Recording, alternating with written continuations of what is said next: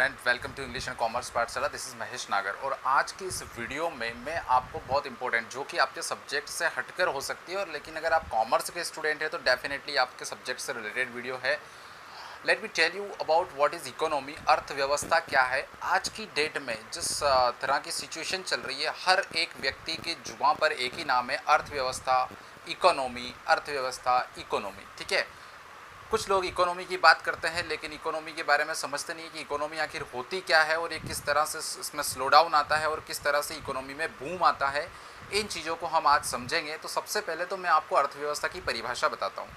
अगर आपने अर्थशास्त्र पढ़ा है, इकोनॉमिक्स से पढ़ा है, तो डेफिनेटली आप इसके बारे में, इसकी परिभाषा जानते होंगे, लेकिन कहीं ना कहीं वो लिमिटेड सेंस में आपने पढ़ी है। मैं आपको एक ब्रॉड सेंस में, यानी कि व्यापक इसका रूप क्या होता है, वो मैं आपको आज के इस वीडियो में बताऊंगा। तो अगर आप नॉलेज गेन करना चाहता है अपार्ट फ्रॉम योर सब्जेक्ट, अगर आप कॉमर्स के स्टूडेंट नहीं हैं, अदर सब्जेक्ट के स्टूडेंट है, या फिर आप कोई प्रोफेशन में हैं, या कोई आप किसी जॉब में हैं, या आप किसी भी काम को करते हो, लेकिन अर्थव्यवस्था को समझना ये हमारा जीवन का एक कहने का मतलब है कि ये हमारे जीवन को प्रभावित करती है, इसलिए हमें पता होना चाहिए। तो मैं आपको ये भी बताऊंगा कि अगर आप एक किसान हैं, या फिर आप एक प्रोफेसर है, या फिर आप एक टीचर है, या फिर आप एक दुकानदार है, तब भी इकोनॉमी या अर्थव्यवस्था आपके जीवन को किस तरह से प्रभावित करेगी। सबसे पहले हम बात करते हैं कि इकोनॉमी यानी कि अर्थव्यवस्था दो शब्दों से मिलकर बनी है, अर्थ और व्यवस्था। अर्थ का मतलब होता है धन से, यानी कि रुपए से, और जो व्यवस्था है उसका मतलब ये होता है कि एक ऐसा सिस्टम जिसके माध्यम जिसमें कि अर्थ से संबंधित, यानी कि रुपए का सिस्टम होता है। ठीक है। अब ये सिस्टम क्या होता है, ये व्यवस्था क्या होती है, उन व्यवस्थाओं के बारे में हम बात करेंगे। सपोज़ करिए कि जो अर्थव्यवस्था है ये कहाँ से आई है और कैसे आई है, तो ये भी मैं आपको बता देता हूँ कि आपने कौटिल्य का नाम सुना होगा। चंद्रगुप्त मौर्य के जो प्रधानमंत्री थे, या महान हम बोल सकते हैं कि महान व्यक्ति एक हुए हैं हिंदुस्तान के इतिहास में, जिनका नाम था चंद्रगुप्त मौर्य के जो गुरु थे, जिनको हम चाणक्य के नाम से भी जानते हैं, कौटिल्य के नाम से भी जानते हैं। ठीक है। इन कौटिल्य ने अपनी एक बुक लिखी जिसका नाम है अर्थशास्त्र, अर्थ का शास्त्र। ठीक है। इसमें वो सारी चीज़ें बताई है। जनरली आप पढ़ोगे अर्थशास्त्र को तो उसमें राजनीति की बातें भी है, तो किस तरह से अर्थशास्त्र उन राजनीतिक चीज़ों से भी संबंध रखता है, ये भी हम आज के इस वीडियो में समझेंगे। किसी देश या स्थान विशेष जो कि एक सीमा में आता है, एक लिमिट जिसकी बाउंड्रीज़ होती है, उस बाउंड्रीज़ के अंदर आने वाले क्षेत्र में होने वाले जितने भी आर्थिक कार्य है, आर्थिक कार्य से संबंधित, यानी कि वो सारे कार्य जो कि धन कमाने के उद्देश्य से किए गए हैं, ऐसे सारे कार्यों, ऐसे सारे कामों को करने से जो भी धन उत्पन्न होता है, या जो भी धन हम उपार्जित करते हैं, अर्जित करते हैं, और जितने भी कामों को हम करते हैं, उन सभी कामों को सम्मिलित रूप से हम अर्थव्यवस्था कहते हैं। अब ये अर्थव्यवस्था अर्थ हो सकता है, लेकिन व्यवस्था क्यों कही गई है? क्योंकि इसमें एक नियम होता है, एक सिस्टम होता है, सारी चीज़ें उस सिस्टम से ही चलती है। ठीक है। इसके 3 क्षेत्र होते हैं, व्यापक क्षेत्र होते हैं, और वो तीनों क्षेत्र आपस में कहीं ना कहीं एक दूसरे से संबंधित होते हैं। प्राथमिक क्षेत्र, द्वितीयक क्षेत्र और तृतीयक क्षेत्र, जिसको क्रमशः हम प्राइमरी सेक्टर, सेकेंडरी सेक्टर और टर्सरी सेक्टर के नाम से जानते हैं। ठीक है। प्राइमरी सेक्टर यानी कि वो क्षेत्र जो कि नेचर से जुड़ा हुआ है, लैंड से, धरती से जुड़ा हुआ है, प्रकृति से जुड़ा हुआ है, यानी कि प्राकृतिक संसाधनों का उपयोग करते हुए जिन चीज़ों का उत्पादन हम करते हैं, वो सारी चीज़ें प्राथमिक क्षेत्र में आती है। जैसे कि खेती का या ज़मीन का उपयोग करके खेती करना, ठीक है, या पशुपालन करना, ये कहीं ना कहीं प्रकृति से जुड़े हुए हैं। खनन का कार्य करना, जहाँ से खदानों में से हम कई सारी चीज़ें निकालते हैं, अलग अलग मिनरल्स यानी कि संसाधन जो होते हैं, हमारे जो खनिज होते हैं, वो निकालते हैं। ठीक है। तो वो सारी चीज़ें जो है वो प्राथमिक क्षेत्र में आती है। इन प्राथमिक क्षेत्र के अलावा आता है द्वितीयक क्षेत्र, यानी कि वो क्षेत्र जो कि प्राथमिक क्षेत्र की मदद से अपना उत्पादन का कार्य करता है, उसको द्वितीयक क्षेत्र कहते हैं। जैसे कि सोयाबीन का उत्पादन हम खेतों में करते हैं, गेहूं का उत्पादन हम खेतों में करते हैं, लेकिन जब इनका किसी फैक्ट्री में उपयोग करके सोयाबीन से सोयाबीन ऑयल बनाना, सोयाबीन का तेल बनाना, मूंगफली का तेल बनाना, या फिर भेड़ों से जो ऊन प्राप्त होती है उस ऊन के कपड़े बनाना, ये द्वितीयक क्षेत्र में आता है, जिसको हम इंडस्ट्रीज़ भी बोलते हैं, यानी कि औद्योगिक क्षेत्र भी बोलते हैं। तृतीयक क्षेत्र यानी कि टर्सरी सेक्टर जो होता है, उसको हम जनरली सर्विस सेक्टर यानी कि सेवा क्षेत्र भी कहते हैं।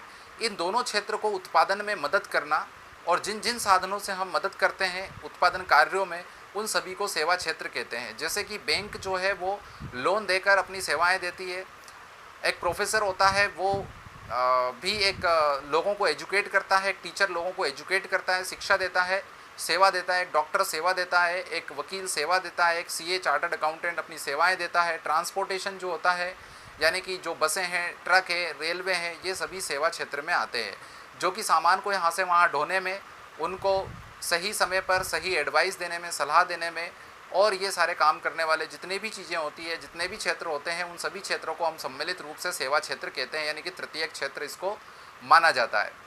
अगर एक भी क्षेत्र अनुपस्थित हो जाता है या एक भी क्षेत्र अपना काम करना बंद कर देता है, तब आपकी अर्थव्यवस्था जो है वो डगमगा जाती है और आपकी अर्थव्यवस्था खिन्न हो जाती है। कहने का मतलब है कि नेगेटिव होना शुरू हो जाती है। मान लीजिए कि एक किसान खेती करना बंद कर दे तो सारे द्वितीय क्षेत्र जो है वो बंद हो जाएंगे, और द्वितीय क्षेत्र अगर बंद हो जाते हैं तो सर्विस सेक्टर यानी कि तृतीय क्षेत्र भी अपना काम करना बंद कर देगा, क्योंकि उनको कहीं से भी पैसा नहीं आएगा, इनकम नहीं आएगी, तो वो सारे क्षेत्र भी बंद हो जाएंगे।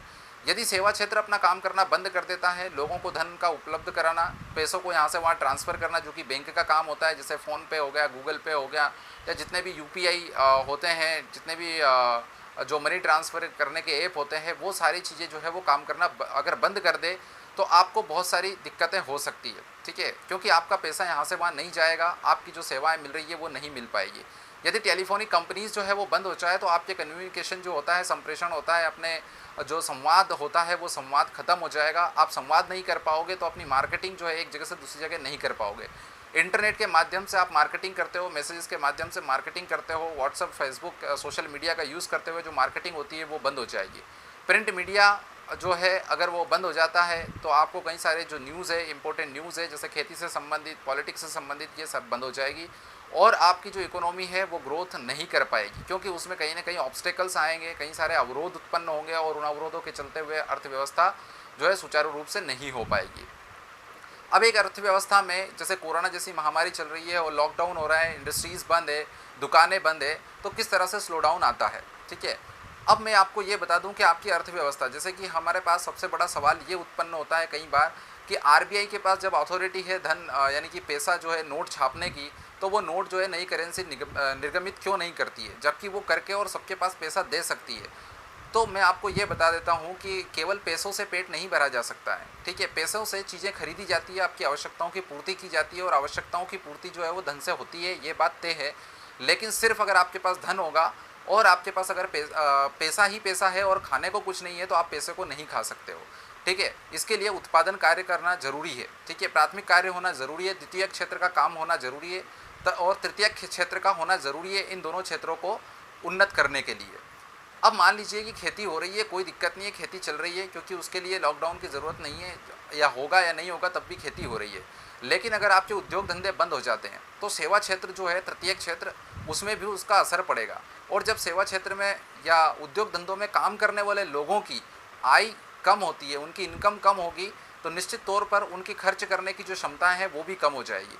जैसे कि अगर एक टीचर काम कर रहा था, प्राइवेट सेक्टर में वो जॉब करता है, उसकी सैलरी 20,000 रुपये महीना है, अगर उसको लगातार 20,000 रुपये महीना आता है तो वो अपने लिए 500 रुपये की शर्ट खरीद सकता है, अपने बच्चों के लिए अच्छी शिक्षा ला सकता है।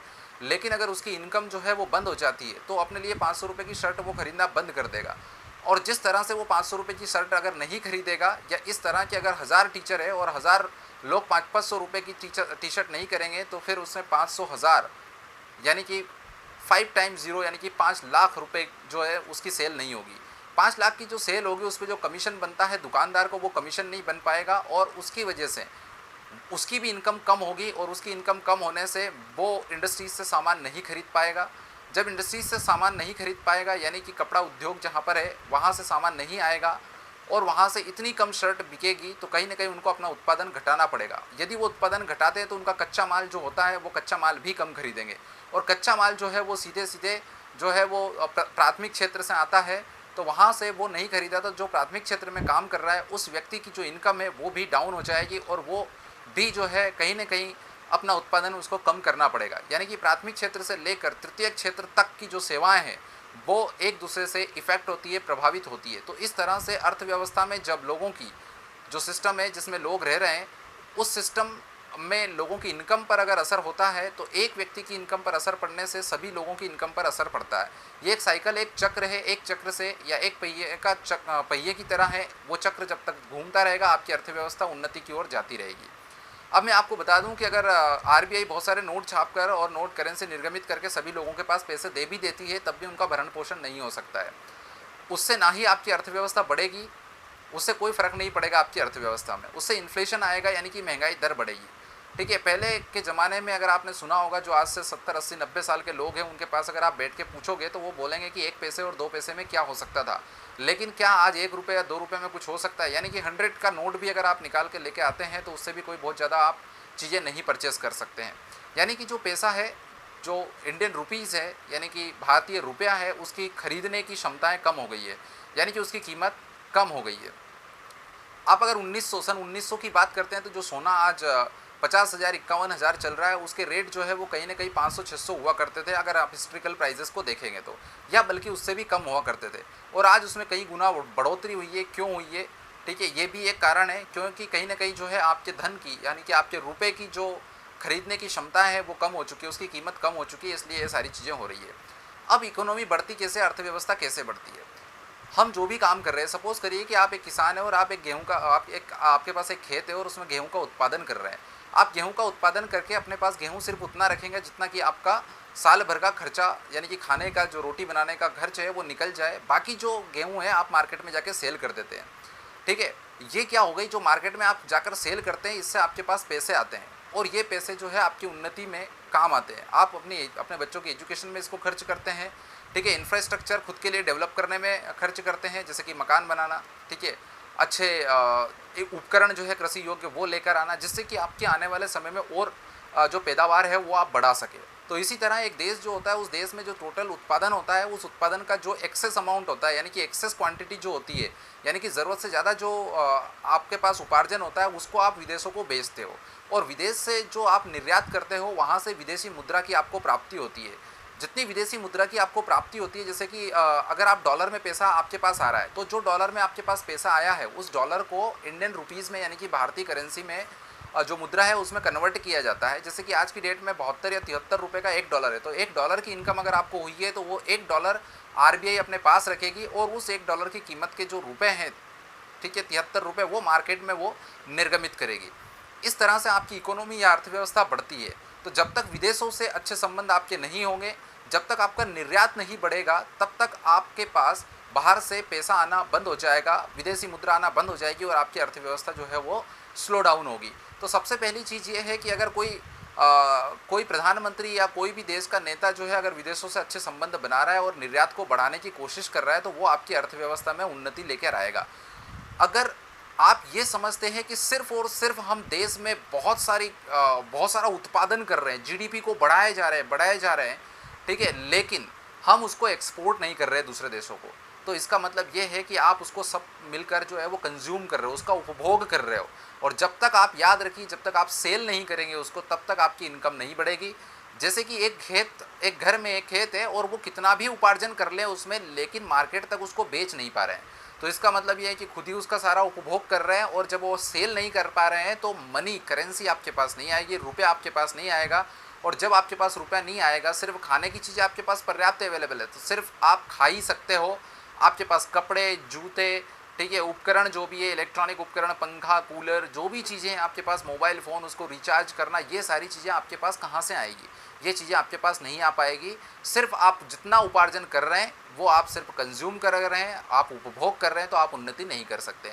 वो ही पूरा देश को अगर एक परिवार मान ले और एक घर मान ले, एक व्यक्ति विशेष मान ले, तो वहाँ पर जितना उत्पादन अगर हो रहा है, वो उत्पादन अगर खुद ही हम उपभोग कर जा रहे हैं, देशों को हम जो है वो एक्सपोर्ट नहीं कर रहे हैं या निर्यात नहीं कर रहे हैं, तो आपका धन की प्राप्ति नहीं होगी। और जब धन की प्राप्ति नहीं होगी तो आप उन्नति नहीं कर सकते। ठीक है, तो कहीं ना कहीं जो है विदेशों से अच्छे संबंध होना ज़रूरी है और उनके साथ आयात निर्यात का होना ज़रूरी भी है। कई सारी चीज़ें ऐसी होती है जिनको घर में उत्पादन करना, ठीक है, घर में उत्पादन करना आपके लिए काफ़ी महंगा साबित हो सकता है, इसलिए आप उनको मार्केट से खरीद के लेके आते हो। सेम एक देश के साथ भी होता है, कहीं ना कहीं वहाँ की लैंड, वहाँ की ज़मीन, वहाँ की उर्वरक क्षमता, वहाँ का उच्चावच जो रहता है, भू उच्चावच जिसको हम वहाँ का जो जलवायु रहती है, यानी कि हम क्लाइमेट जो रहता है, क्लाइमेटिक कंडीशन जो रहती है, उसकी वजह से कई सारी चीज़ें जो है वो हमारे देश में उत्पादित नहीं हो सकती, इसलिए हमें दूसरे देश से उसको आयात करना पड़ता है, यानी कि इंपोर्ट करना पड़ता है। और कहीं ना कहीं हमारी ज़रूरतों को पूरा करने के लिए वो ज़रूरी है। मान लीजिए कि आप बादाम लेकर आते हैं, ठीक है, आपको अपनी इम्यूनिटी बढ़ाना है और आपको बादाम का हलवा खाने का किसी ने प्रिस्क्राइब किया है और आप बादाम का हलवा खाते हैं। बादाम आप मार्केट से खरीद के लेकर आते हैं, आप घर पे उत्पादित नहीं करते, ठीक है ना। आप एक काम करिए कि मार्केट से खरीदना, क्योंकि आप पैसे देना पड़ेंगे, इसलिए आप उसको घर पे उत्पादित करिए, ठीक है। सिर्फ आपका हलवा बनाने के लिए 1 किलो 2 किलो बादाम की ज़रूरत है और उसके लिए अगर आप बादाम की खेती करना लग जाएँ तो आप सोचिए कि कितना खर्चा करना पड़ेगा आपको सिर्फ 2 किलो बादाम के लिए। तो वैसा ही एक कंट्री के लिए भी होता है कि अगर कुछ चीज़ों की लिमिटेड सेंस में ज़रूरत है तो उन चीज़ों को आप लिमिटेड क्वांटिटी में आप बाहर से इंपोर्ट कर लीजिए, बाहर से आयात कर लीजिए। आप अपने घर पे उनका उत्पादन नहीं कर सकते, हाँ, लेकिन अगर बहुत ज़्यादा ज़रूरत उन चीज़ों की पड़ रही है तो निश्चित तौर पर ही आपको उसका उत्पादन शुरू कर देना चाहिए। जो भी तकनीक है उसका उपयोग करते हुए, चाहे वो विदेशी से मंगवानी पड़े या खुद आप उसको डेवलप करिए, ठीक है। तो इस तरह से एक अर्थव्यवस्था जो है वो सुचारू रूप से चलती है। एक अर्थव्यवस्था में फाइनेंस मार्केट का आज की स्थिति में बहुत ज़्यादा महत्व है, जिसको हम तृतीय क्षेत्र में रखते हैं। अब ये फाइनेंस मार्केट होता क्या है, फाइनेंस किस तरह से कैपिटल जो है, पूंजी जो है उसका निर्माण होता है, किस तरह से उद्योग धंधे और ज़्यादा उन्नत होते हैं और उद्योग जो है वो पूंजी कैसे बनाते हैं, और एक इंडिविजुअल व्यक्ति यानी कि मेरे जैसे एक टीचर जो है वो किस तरह से पूंजी का निर्माण कर सकता है, और किस तरह से एक एक व्यक्ति, देश का एक एक व्यक्ति जो है वो देश में कुल जो पूंजी निर्माण है उसमें उसकी मदद करता है, किस तरह से वो अपना हिस्सा रखता है, किस तरह से अगर आप अपने पास 5,000 रुपये बचाते हैं तो वो किस तरह से कैपिटल जनरेशन यानी कि कैपिटल को बनाने में मदद करते हैं, ये हम अगले वीडियो में देखेंगे। तब तक आप इस चीज़ को और समझने की कोशिश करिए। अगर आपके डाउट्स है तो आप कमेंट बॉक्स में कमेंट करिए। अगर और कोई आपके सवाल आते हैं तो उस सवाल से संबंधित हम एक और वीडियो बनाएंगे और आपके सारे सवालों का जवाब दिया जाएगा, ठीक है। तो आज के इस वीडियो में इतना ही students. Wish you best of luck and thank you very much.